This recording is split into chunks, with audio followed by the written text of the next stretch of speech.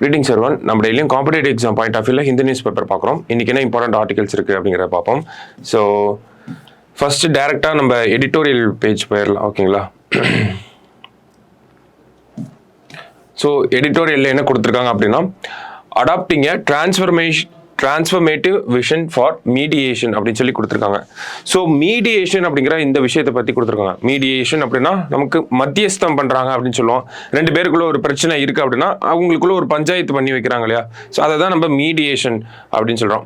So mediation அப்படிங்கிற concept இந்தியாவில் அக்செப்டபிளா, சட்டபூர்வமான விஷயமா இருக்கா அப்படின்னு பார்த்தோம்னா அதுக்கு இந்தியாவில் தனியாக ஒரு சட்டமே இருக்குது. என்ன அப்படின்னு பார்த்தோம்னா மீடியேஷன் ஆக்ட் 2023 போன வருஷம் ஒரு சட்டம் இயற்றி இருப்பாங்க. சரிங்களா?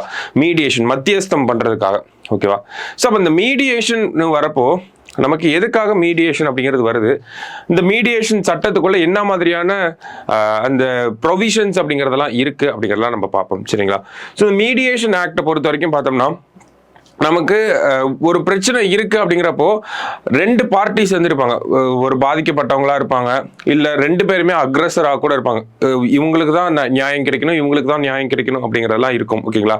ஆனா அந்த மீடியேஷன் வரப்போ இவங்க ரெண்டு பேருக்குமே ஒரு மிடில் கிரவுண்ட் அப்படிங்கிறது இருக்கும். ஓகேங்களா? ஸோ ஒரு சில காம்ப்ரமைஸை அவங்க ஒத்துப்பாங்க, ஒரு சில காம்ப்ரமைஸை இவங்க ஒத்துப்பாங்க.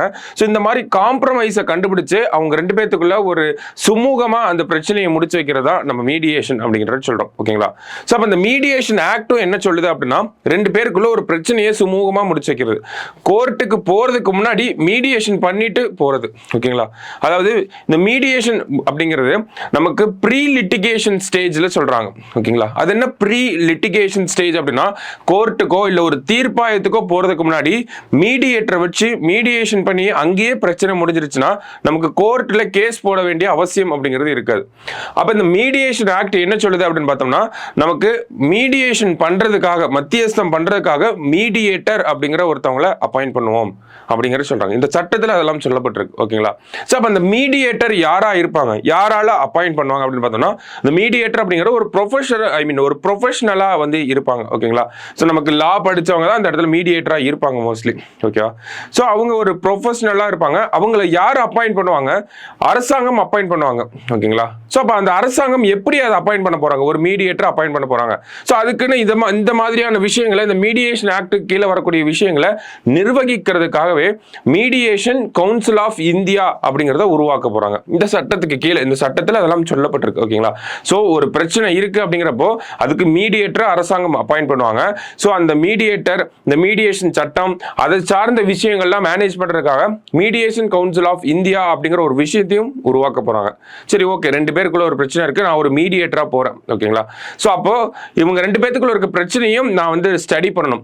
மீடியேட்டர் அப்படிங்கிறவங்க இப்போ ஒரு அட்வொகேட் இருக்காருன்னு வைங்களேன், ஒரு வக்கீலுக்கும் ஒரு மீடியேட்டருக்கும் என்ன ஒரு வித்தியாசம் அப்படின்னு பார்த்தோம்னா ஒரு அட்வொகேட் வந்து ஒரு கிளைண்டோட பெர்ஸ்பெக்டிவ்ல மட்டும் தான் பேசுவார். ஓகேங்களா? இப்போ நான் என்னோட கிளைண்டோட பெர்ஸ்பெக்டிவ்ல மட்டும் தான் நான் அந்த கோர்ட்ல பேசுவேன். ஓகேங்களா? ஸோ அதுதான் அட்வொகேட் அப்படிங்கிறவங்க. இதே மீடியேட்டர் அப்படிங்கிறவங்க ரெண்டு சைடோட பெர்ஸ்பெக்டிவுமே அவருக்கு தெரியணும். இவங்களும் இந்த மீடியேட்டர் கிட்ட ஓப்பனா பேசுவாங்க, அவங்களும் இந்த மீடியேட்டர் கிட்ட ஓப்பனா பேசுவாங்க. ஓகேங்களா? ஸோ அப்படி பேசுறப்போ நான் வந்து ஒரு காமன் கிரவுண்டை மெயின்டைன் பண்ணணும். நான் காமனா ஒரு நியூட்ரலா இருக்கிறது மட்டும் இல்லாம இவங்க ரெண்டு பேத்துக்கும் ஒரு மிடில் கிரவுண்டை நான் எஸ்டாப்ளிஷ் பண்ணணும். ஓகேங்களா? அதுதான் அந்த மீடியேட்டரோட ரோலாகவும் இருக்கு. ஓகேங்களா? ஸோ அப்போ இந்த மீடியேட்டரோட ரோல் இதுதான் இருக்கு அப்படிங்கிறது சொல்றோம். அப்போ நான் ஒரு மீடியேட்டரா ஒரு கேஸ் எடுத்து நடத்துறேன்றப்போ நான் எத்தனை நாளுக்குள்ள அந்த கேஸை முடிக்கணும்னா இந்த சட்டத்தின்படி ஒரு மீடியேட்டர் 180 நாட்களுக்குள்ள இந்த ஒரு கேஸை சால்வ் பண்ணியிருக்கணும். ஓகேங்களா? அதுக்கு மேலே போச்சுன்னா அது கோர்ட்டுக்கு போய்க்கலாம். ஓகேங்களா? ஸோ அப்போ 180 நாள் அப்படிங்கிற ஒரு டைம் லிமிட்டையும் நமக்கு கொடுக்குறாங்க. ஸோ மீடியேஷன் கவுன்சில் ஆஃப் இந்தியாவை பார்த்தோம், மீடியேட்டர் அப்படிங்கிறத பார்த்தோம். ஸோ இவ்வளவு சட்டங்கள், இந்த சட்டங்கள்ல இவ்வளவு சொல்லப்பட்டிருக்கு. அப்போ ஒரு மீடியேட்டர், நான் ஒரு கேஸுக்கு ஒரு தீர்ப்பை வந்து வழங்குறேன். ஓகேங்களா? அது வந்து எல்லா கோர்ட்லையும் ஏற்றுப்பாங்களா அப்படின்னு கேட்டால் கண்டிப்பாக ஏற்றுக்கணும் அப்படிங்கிறத இந்த சட்டம் வந்து நமக்கு சொல்லுது. ஓகேங்களா? அப்போ மீடியேட்டர்னால வழங்கப்படக்கூடிய ஒரு ஜட்மெண்ட் அப்படிங்கிறது ஒரு காமன் கிரவுண்ட் கண்டுபிடிச்சு ரெண்டு பேரும் சாட்டிஸ்ஃபை ஆகிற மாதிரி ஒரு ஜட்மெண்ட் கொடுக்குறப்போ அது எல்லா கோர்ட்டும், எல்லா தீர்ப்பாயங்களும் இந்த ஒரு தீர்ப்பை வந்து ஏற்றுக்கணும் அப்படிங்கிறத சொல்கிறாங்க. அதுக்கு மேலே அதை அப்பீல் பண்ணுறது அது அந்த தனிப்பட்ட நபர்களுடைய விருப்பமாக இருக்கும். பட் ஸ்டில் இந்த ஒரு ஜட்ஜ்மெண்ட் அப்படிங்கிறது எல்லா கோர்ட்லையும் ஏற்றுப்பாங்க அப்படிங்கிறத சொல்கிறாங்க. அப்போ இதுலேருந்து நம்ம என்ன புரிஞ்சுக்கிறோம் அப்படின்னா, மீடியேஷன் அப்படிங்கிறது ஒரு ஆல்டர்னேட் டிஸ்பியூட் ரெசல்யூஷன் மெக்கானிசம் அப்படிங்கிறத சொல்கிறாங்க. ஓகேங்களா? நார்மலாக கோர்ட்டில் போய் ஒரு பிரச்சனையை தீர்க்கறதுக்கு பதிலாக மீடியேட்டரை வச்சு நம்ம இந்த இடத்துல ஒரு பிரச்சனையை தீர்க்கிறோம். அப்போ சுப்ரீம் கோர்ட் ஆஃப் இந்தியா இதை ஒத்துக்கிறாங்களா அப்படின்னு கேட்டால் அவங்களுமே இந்த மாதிரியான ஒரு சஜஷனை முன்னாடியிலேருந்து கொடுத்துட்டே தான் வராங்க. எதுக்காக சுப்ரீம் கோர்ட்டே இந்த மாதிரியான ஒரு சஜஷனை கொடுக்குறாங்க, எதுக்காக அரசாங்கம் இப்படி ஒரு சட்டத்தை ஏற்றிருக்காங்க அப்படின்னு பார்த்தோம்னா அதற்கான தேவையை நம்ம புரிஞ்சுக்கணும். என்ன தேவை இருக்கு அப்படிங்கிறப்ப பார்த்தோம்னா, நமக்கு கோர்ட்டில் கேஸோட பெண்டன்சி அப்படின்னு சொல்லுவாங்க, கேஸ் பெண்டிங் ஆகிட்டே போகிறது அதிகமாக போயிட்டே இருக்கு. ஆனால் நம்ம கிட்ட இருக்கக்கூடிய நீதிபதிகளோ வக்கீல்களோ பார்த்தோம்னா அந்த அளவுக்கு இல்லை. ஏன்னா லட்சக்கணக்கான கேசஸ் வந்து இந்தியா ஃபுல்லா எடுத்து பார்த்தோம்னா பெண்டிங்ல இருக்கு. அந்த கேஸ் கோர்ட்ல போய் ஒரு கேஸ் போடுறோம்னா நமக்கு 1 வருஷம் ஆகலாம், இல்ல அது 10 வருஷமா கூட ஆகலாம். ஆனா இந்த மீடியேஷன் மூலமா நமக்கு 180 நாட்களுக்குள்ள ஒரு முடிவு தெரிஞ்சிடும். ஓகேங்களா? அப்ப ஃபாஸ்டா ஒரு கேஸை நம்மளால முடிக்க முடியும். கோர்ட்லயும் பார்த்தோம்னா கேஸ் போய் போட தேவையில்லை. கோர்ட்ல கேஸ் இருக்கக்கூடிய அந்த பெண்டன்சி அப்படிங்கிறது கம்மியாகும். இந்த மாதிரி நிறைய அட்வான்டேஜஸ் இருக்கு இந்த சட்டத்தின் மூலமா. ஆனா அதுல சில சேஞ்சஸ் பண்ணணும் அப்படின்னு சொல்றாங்க. ஸோ அதுதான் இந்த ஆர்டிக்கல்ல கொடுத்திருப்பாங்க. ஒரு சில சேஞ்சஸ் பண்ணணும் அப்படிங்கிறதா இந்த இடத்துல சொல்லப்பட்ட ஒரு விஷயமா இருக்கும். ஓகேங்களா? சோ என்ன மாதிரியான சேஞ்சஸ் பண்ணணும் அப்படின்னு பார்த்தோம்னா, நமக்கு இந்த லா அப்படிங்கிற அந்த ஒரு விஷயம் அப்படிங்கிறது அட்வொகேட்டோட ஒரு மென்டாலிட்டியில தான் லா எஜுகேஷன் அப்படிங்கிறது இருக்கு. அந்த அட்வொகேட் மென்டாலிட்டி அப்படிங்கிறத நம்ம பார்த்தோம், ஒரு கிளையண்டோட பெர்ஸ்பெக்டிவ் தான் எடுத்து பேசுவாங்க எப்பயுமே. ஸோ அப்படி இருக்கப்போ ஒரு மீடியேட்டரா ஒரு அட்வொகேட்னால வர முடியாது அப்படிங்கிறத சொல்றாங்க. ஓகேங்களா? ஒரு அட்வொகேட்டுக்கு மீடியேட்டருக்கு தேவையான குணாதிசயங்கள் இருக்காது அப்படிங்கிறத சொல்றாங்க. ஏன்னா அவங்க கிளையண்ட் பெர்ஸ்பெக்டிவ், மீடியேட்டர் அப்படிங்கிறது காமன் பெர்ஸ்பெக்டிவ்ல இருக்கணும் அப்படிங்கிறது. ஓகேங்களா? சோ அப்ப இந்த சட்டம் என்ன சொல்லுது அப்படின்னு பார்த்தோம்னா, ஒரு இந்த மாதிரி இந்த லா சார்ந்த விஷயங்கள்ல ஒரு 15 வருஷம் அவரோட கரியர் இருந்திருக்கணும். அப்பதான் அவர் மீடியேட்டரா வரதுக்கு எலிஜிபிள் அப்படிங்கறத சொல்றாங்க. அப்போ ஒரு அட்வொகேட் 15 வருஷம் பிராக்டிஸ் பண்றாருன்னா அவரால எலிஜிபிளா இருக்க முடியும். அப்போ அவரோட அந்த பெர்ஸ்பெக்டிவ் வந்து இந்த இடத்துல கொஸ்டின் பண்றாங்க. அப்ப ஃபியூச்சர்ல மீடியேட்டர்ஸ் ஒரு கரெக்டான ஒரு கேரக்டரிஸ்டிக்ஸ்ல வரணும் அப்படின்னா இப்பவே அந்த எஜுகேஷன், லா எஜுகேஷன்ல மீடியேட்டருக்கான அந்த ட்ரைனிங் அப்படிங்கறத கொடுக்க ஆரம்பிக்கணும் அப்படிங்கறது சொல்றாங்க. அது எப்படி கொடுக்கலாம் அப்படின்னா, இப்போ ஆல்ரெடி மீடியேட்டர்ஸ் இந்தியாவில் இருப்பாங்க இல்லையா, ஸோ அவங்களோட கேசஸை வந்து ஸ்டடி பண்ணணும். அவங்க கூடயே இருந்து அவங்க எப்படி மீடியேட் பண்றாங்க அப்படிங்கிறதெல்லாம் பார்க்கணும். ஷேடோ மீடியேஷன் அப்படிங்கிற மாதிரியான கான்செப்ட் எல்லாம் இந்த இடத்துல சொல்லியிருப்பாங்க. ஓகேங்களா? ஸோ இதெல்லாம் தான் நமக்கு இந்த மீடியேஷன் ஆக்டை பொறுத்த வரைக்கும் நம்ம இந்த இடத்துல பார்க்கக்கூடிய விஷயங்களா இருக்கு. ஸோ மீடியேஷன் ஆக்ட்ல பிரச்சனை கிடையாது, அதை நடைமுறைப்படுத்துறதுல ஒரு சில சேஞ்சஸ் பண்ணா போதும். அது குறிப்பா எங்க அந்த சேஞ்சஸ் பண்ணணும் அப்படின்னா, லா எஜுகேஷன்ல வந்து சேஞ்ச் பண்ணணும் அப்படிங்கறத கொடுத்திருப்பாங்க இந்த ஒரு ஆர்டிகலை பொறுத்த வரைக்கும். சரிங்களா? சோ அது முக்கியமான விஷயமா இருந்துச்சு. ஓகேங்களா? ஆல்டர்னேட் டிஸ்பியூட் ரெசல்யூஷன் மெக்கானிசம் அப்படிங்கிறது. ஓகேங்களா? சோ நமக்கு கேட்கலாம், மெயின்ஸ் பாயிண்ட் ஆஃப் வியூல கூட இம்பார்ட்டண்டா இருக்கு நமக்கு இந்த டாபிக். ஸோ மீடியேஷன் ஆக்ட் அப்படிங்கிறதே நமக்கு நிறைய பேருக்கு புதுசா இருக்க ஒரு விஷயமா தான் இருக்கும். சரிங்களா? ஸோ இதுதான் இந்த சட்டத்தில் சொல்லப்பட்ட விஷயங்கள், முக்கியமான ப்ரொவிஷன்ஸை மட்டும் நம்ம எடுத்து டிஸ்கஸ் பண்ணியிருக்கோம். ஸோ அந்த சட்டத்தில் என்ன மாதிரியான சேஞ்சஸ் பண்ணா இன்னும் எஃபெக்டிவா இருக்கும் அப்படிங்கிறத நம்ம பார்த்துருக்கோம். சரிங்களா? ஸோ இது ஒரு முக்கியமான ஆர்டிகல். ஸோ அடுத்ததாக பார்த்தோம்னா, நம்ம முன்னாடியே பார்த்துருந்தோம், நம்மளோட ஹியூமன் ரைட்ஸ் பாடியில ஒரு சில அக்ரிடேஷன் அப்படிங்கிறத கொடுப்பாங்க. ஓகேங்களா?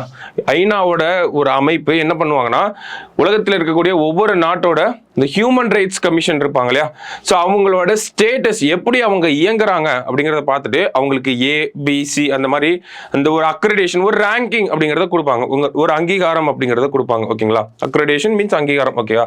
ஸோ அந்த வகையில் இந்தியாவோட அங்கீகாரம் அப்படிங்கிறது இந்த ரேங்கிங் கொடுக்க ஆரம்பிச்ச காலத்திலிருந்து அப்படிங்கிறது டாப்பான ரேங்கிங். ஓகேங்களா? அதுல தான் இருந்துச்சு.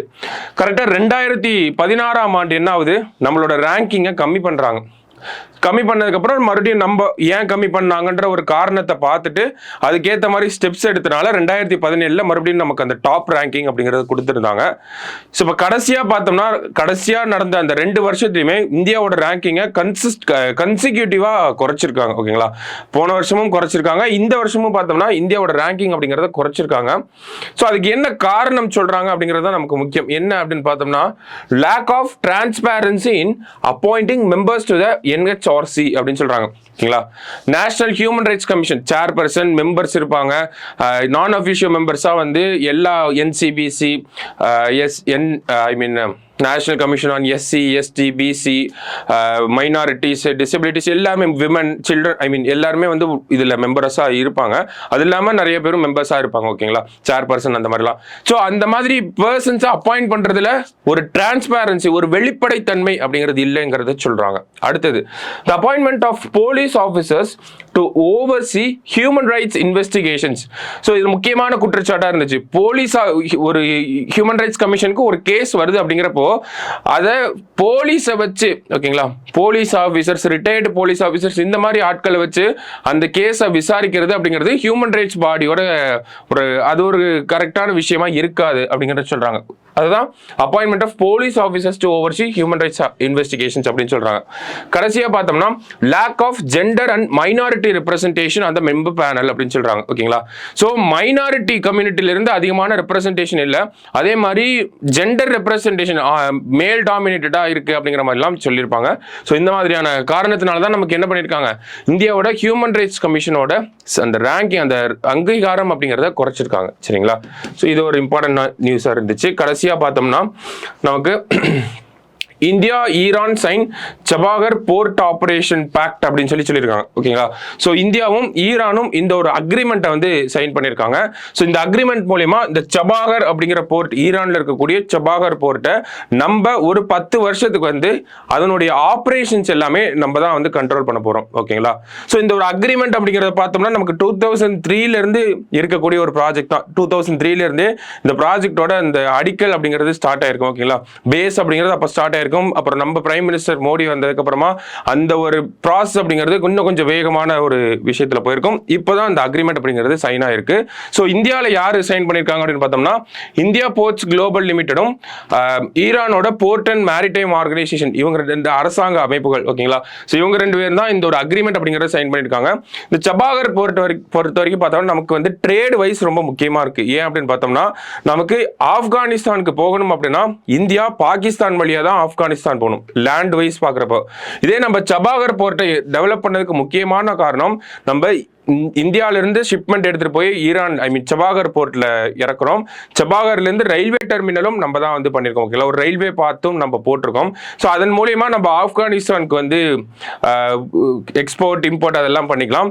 ஆப்கானிஸ்தான் மட்டும் இல்லை, அங்கிருந்து சென்ட்ரல் ஏஷியன் கண்ட்ரீஸ்க்கும், குறிப்பாக சொல்லணும்னா கசகஸ்தான், துர்க்மெனிஸ்தான், உஸ்பெகிஸ்தான், கிர்கிஸ்தான் இந்த மாதிரியான கண்ட்ரீஸ்லாம் இருக்கு இல்லையா, ஸோ அந்த மாதிரியான நாடுகளுக்குமே நம்ம வந்து ட்ரேட் டீல்ஸ் எல்லாம் எடுத்துட்டு போகலாம். ஓகேங்களா, அப்போ சபாகர் போர்ட் அப்படிங்கிறது நம்ம ஆப்கானிஸ்தானையும் சென்ட்ரல் ஏஷியன் கண்ட்ரீஸையும் லிங்க் பண்றதுக்கு ஒரு முக்கியமான இடமா இருந்துச்சு.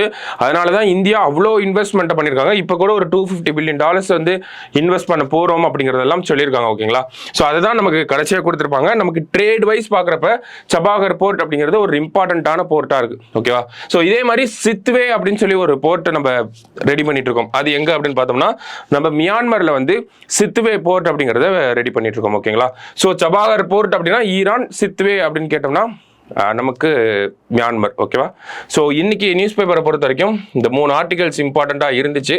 ஸோ இதை நோட் பண்ணி வச்சுக்கோங்க. நாளைக்கு நியூஸ் பேப்பரில் மீட் பண்ணலாம். தேங்க்யூ.